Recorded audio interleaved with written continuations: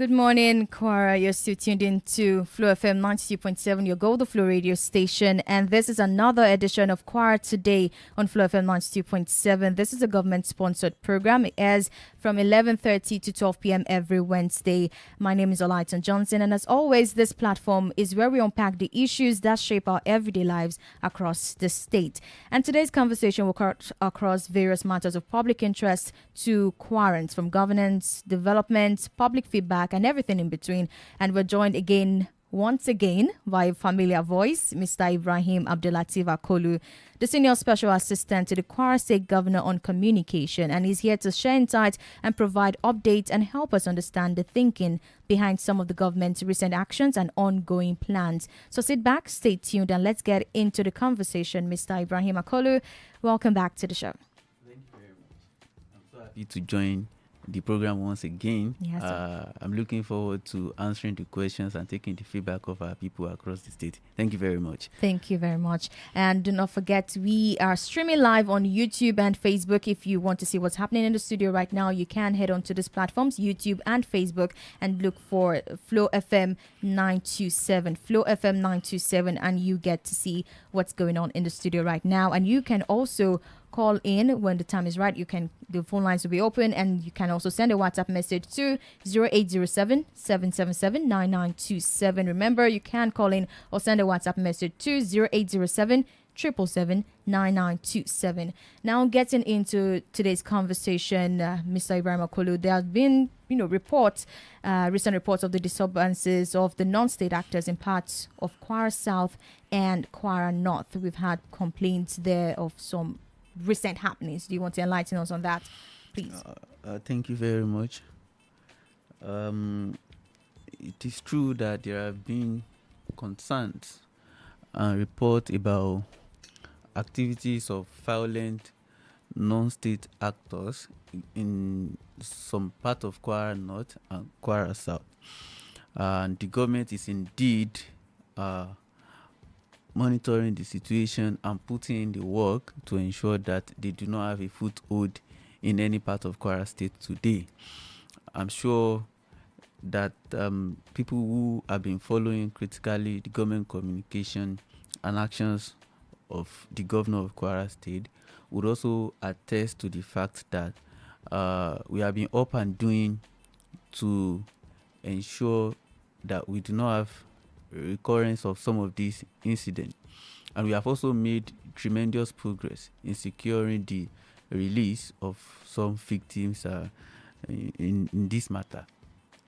For instance, what have we been doing when the governor first got wind of report about the activities of non-state violent non-state actors in Kwara North?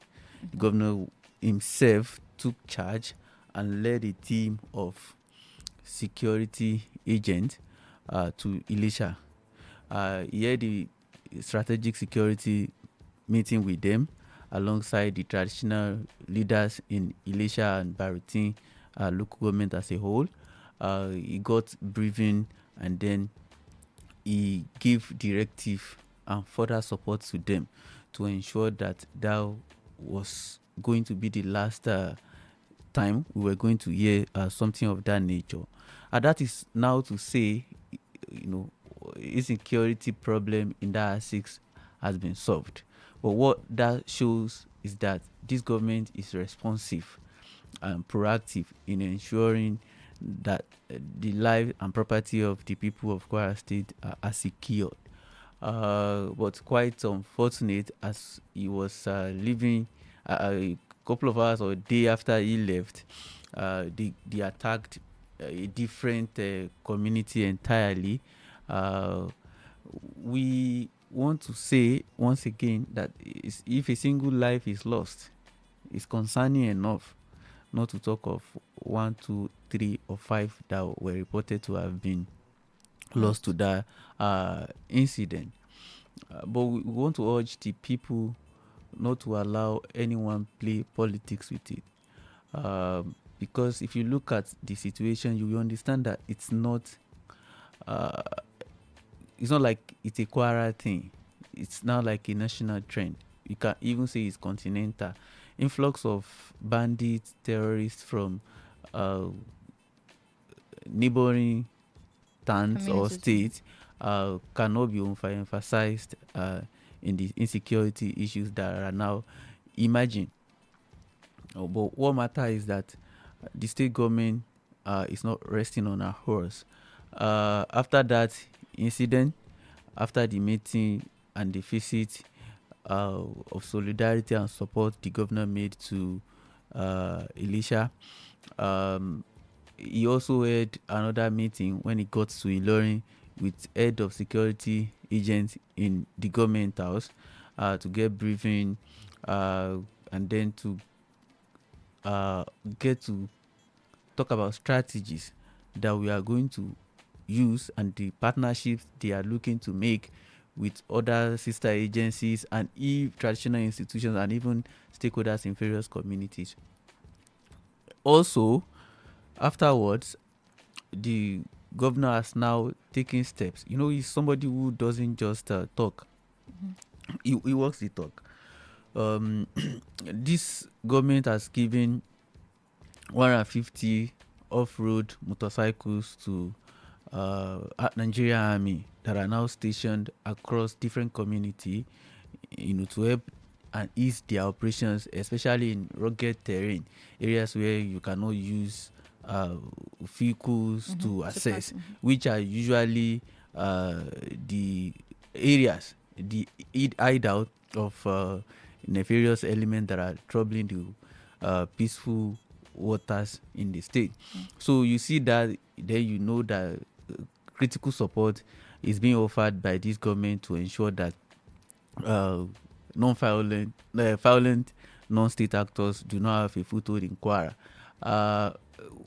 What is now considered as very commendable is the partnership the state government is building with the local government chairmen and authorities. You see, there is no how you can fight insecurity without having a strong partnership and collaboration with the local government authorities and stakeholders, because they are the closest to the grassroots. And in combating insecurity, the strategy has to be inclusive, all inclusive. So as we have been doing at the state level, providing support, building alliances, giving credible and timely information to the people. We also are trying to build this collaboration and form a synergy with the local authority to ensure that our strategies, our war against all form of insecurity is holistic and comprehensive. So when you see the Kwara State government giving out motorcycle or offering motorcycles to Nigerian Army, the local government authorities across the state have also procured about 350 off-road motorcycles to be given to vigilantes across the local communities. So that speaks of a partnership between the Nigerian Army, the police, and other sister security agencies, and even the local security network like the vigilante. And when you have all of this in place, it becomes very difficult for these people to operate. Since that very time, we are happy that we have not heard of any attacks by bandits or terrorists, as the case may be at the moment. We are optimistic that we will record more gains from some of the steps and strategies the government is trying to put in place with the security agent. It also informed the meeting the governor had yesterday with the traditional rulers, first-class traditional rulers from across the state. It is our hope and belief that the traditional rulers are partners and collaborators with the state government, and whatever we are trying to do in terms of projects, policies, and even strategies for inclusive growth and development, we tend to carry them along. We believe so much that they know the people, they have the respect of the people, and they are critical stakeholder in ensuring that each and every part of their own community too is safe and secure for their subject. So the government is working assiduously with them to ensure that the peace in the state is maintained. Quite like to put it across that although we are concerned and we are working, I want to say the propaganda we hear, especially from the side of the opposition, belies the fact that Kwara is unsafe or insecure. A recent report by the Daily Sun newspaper, which was released just on Monday, chronicling incidents of banditry and terrorism across the 6 states in the North Central, actually rated Kwara as the safest state in the region. Like I have said, we can of course talk about these things and take cognizance of our situation without appearing to be that people know that people can still go about their lawful businesses as they used to, and whatever challenges that we might have in recent times, the government is not folding arms or standing akimbo. We are facing them headlong, and I wish to inform the general public that our doors are open and to partnership, to collaboration. We also urge them to support the security agents, whether it's the Nigerian Army, the police, or the vigilantes across all communities where their operations are currently going on, because it's for the benefit of all. The security issues anywhere, or security or maintaining security and order anywhere in the world is never the exclusive preserve of the appointed or the elected people alone. It's everyone's business, whether you are in government or not, whether you belong to this political party or not, whether you are from here or not. So far you are there, you are a resident, whatever happens there affects you one way or the other. You have to see yourself as a part and parcel of it. And that's our message to the people, especially those who have taken politics into the whole matter. So thank you very much. Thank you very much for that insightful exposition now of what the Kwara government is doing concerning the recent disturbances of non-state actors in parts of Kwara South and Kwara North. The phone lines are open 0807-777-9927. You can call into the studio line or send a WhatsApp message. And don't forget, we are streaming live on Facebook and YouTube at Flow FM 927. If you would like to see what's going on in the studio right now, you can join these platforms too. Flow FM 927 on Facebook and YouTube. Remember, the phone lines are open 0807 777 9927. If there's anything you would like to ask our guest or contribute on the show today, Kwara Today, happenings in Kwara, you can call into the studio line or do well to send a WhatsApp message to 0807 777 9927. Now, Mr. Okay. The point I was making is not to say that we do not have any issues to be concerned about as far as security is concerned.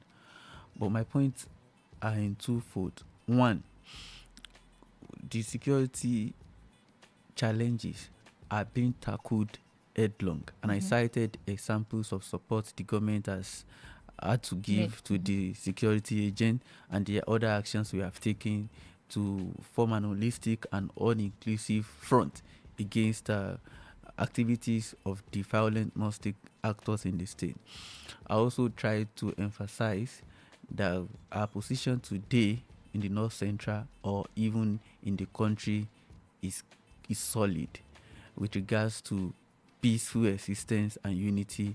And I cited a report that was just made by the Daily Sun, ranking Kwara as still the safest in the North Central and the state that has had less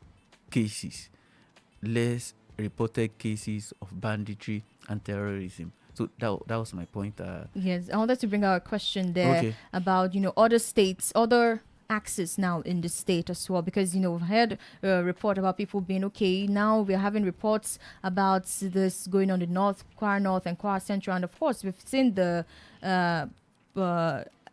way the Kwara government has gone to, look at these places, like you said, provide motorcycles, provide the Nigerian army, talk with them, have meetings with them on how to improve the security in the state. Now, I want you to, if you could enlighten, the listeners about order. It's not only, of course, that's where the disturbances came out from, and that's why it's been focused on, but then also other access in the state are being secure. You see, matters of security are not as discussed as other matters of governance, like health, education. The less you say, the better with regards to security issue. So, but I want to assure the people of Kwara State that no part of Kwara is neglected or left behind. Like I said, what the government is working on is an holistic, all-inclusive approach. So, because we had disturbances from Kwara South and Kwara North, does not mean other areas of the state will be left unpoliced or unmanned. Neglected. Do you unprotected? So we reassure our people. Let's quickly take this call. Hello, good morning. Hello, good morning. If the phone lines are dropping, you can as well send a WhatsApp message. It will definitely be read on air. 0807 777 You can go on. So we reassure people that we are working 24 hours with the security agencies to ensure that businesses, properties, and lives are protected. For instance, I want to believe that the people of the state appreciate the manner in which the government has risen to solving the challenges of insecurity. First, we are not living in denial. Elsewhere, you could have seen the government saying, downplaying it or not really giving it attention. Two, when it's also acknowledged you can also see the government taking critical steps, providing support, doing due diligence with the security agencies. They have come out several times to say the actions of the government, especially the leader, the governor of Kwara State, is inspiring and motivating, because the security forces, what they need constantly, apart from support, is also motivation and encouragement. And this is where I want to commend the people of Kwara State for their support, both for the security forces and the government. Because at the end of the day, I guess our people understand that we are in this together. And I want to assure them that the safety of lives and property in the state remain on the front burner of issues for our administration. So whatever anyone may feel with regards to insecurity, we want to tell them that we are most concerned than anyone, because at the end of the day, the buck stops on the table of the governor. And then we have to also realize that Kwara has been very secured, or most secured, than other states in the past 6 years. Even at a time that we had incidents of bomb or attacks, daily attacks on communities and all of that, and, it was not as pronounced as that in Kwara State. So it shows that somebody is somewhere working assiduously. It shows that we have not dropped the ball, and promise to the people of the state that we are not dropping the ball. We want to make Kwara the safest. We want to continue to make Kwara the safest in Nigeria. We want to make it the destination for investment for everyone. We also make it to be a state where women, farmer, elderly people, and children can live together and go about their lawful businesses in in peace. I just want to appeal to our people to disregard everyone who could be trying to make politics out of the issue or trying to blow it out of proportion. Part of the issues with insecurity has always been propaganda warfare. And I'm sorry, why politicians have always been willing tools. I guess they don't know they are just tools in the hands of violent non-state actors, because the more you report them, it gives them energy, some kind of to see that we are being seen, we are being heard, and then they go on and on. We are not saying people should not report what happened to them. No, you have, in fact, that's why they are citizens. You must continue to report what happened to you to the right channel. But there's a difference between reporting what's going on and overblowing it. Oh, Kwara is under siege. Ow. A state under siege. You don't have businesses opened. You don't have free vehicular movement. Even the press hardly gets to operate and all of that. So don't position us wrongly in the committee of state. Don't chase investors away. Don't make your state a pariah, a plague that people try to avoid just because of the information that are mostly untrue that you are giving on social media, or that you are overblowing, with your media presence. So we urge for support, we urge for honesty, and on our own part, we promise to remain accountable, open, and honest in our communication with regards to the insecurity crisis. Because at the end of the day, we all have nowhere to go. Whether it's about party, social, or regional interest, all of these, pale in comparison to the significance of our welfare and well-being as a people and as a society. I want to let people of Kwara know that Governor Abdurrahman Abdulrazak is very much committed to keeping them safe and keeping their property secured. He swore an oath to protect them. It is to his industry and hard work that Kwara has been peaceful in 6 years under his administration, and he's not dropping the ball. We appreciate their support over the years. We want to continue to back on it as we face headlong the emerging threats by violent non-state actors that are running away from some troubled part of the state. Now trying to camp within the shores of Kwara State. If we say Kwara is peaceful, we want people to come, not people like them. So I'm sure they would have gotten the message that no hiding place in Kwara. There's no hiding place here. And that is largely going to be possible with your support and cooperation.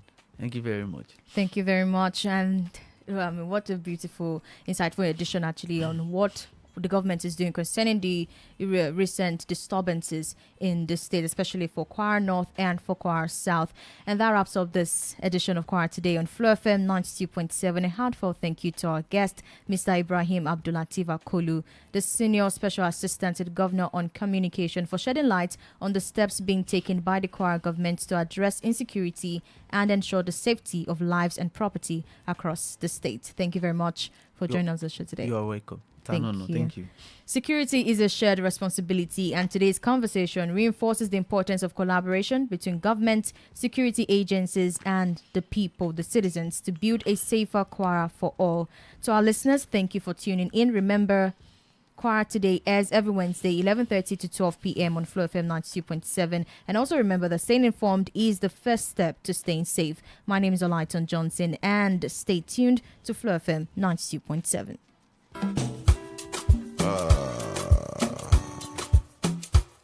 John.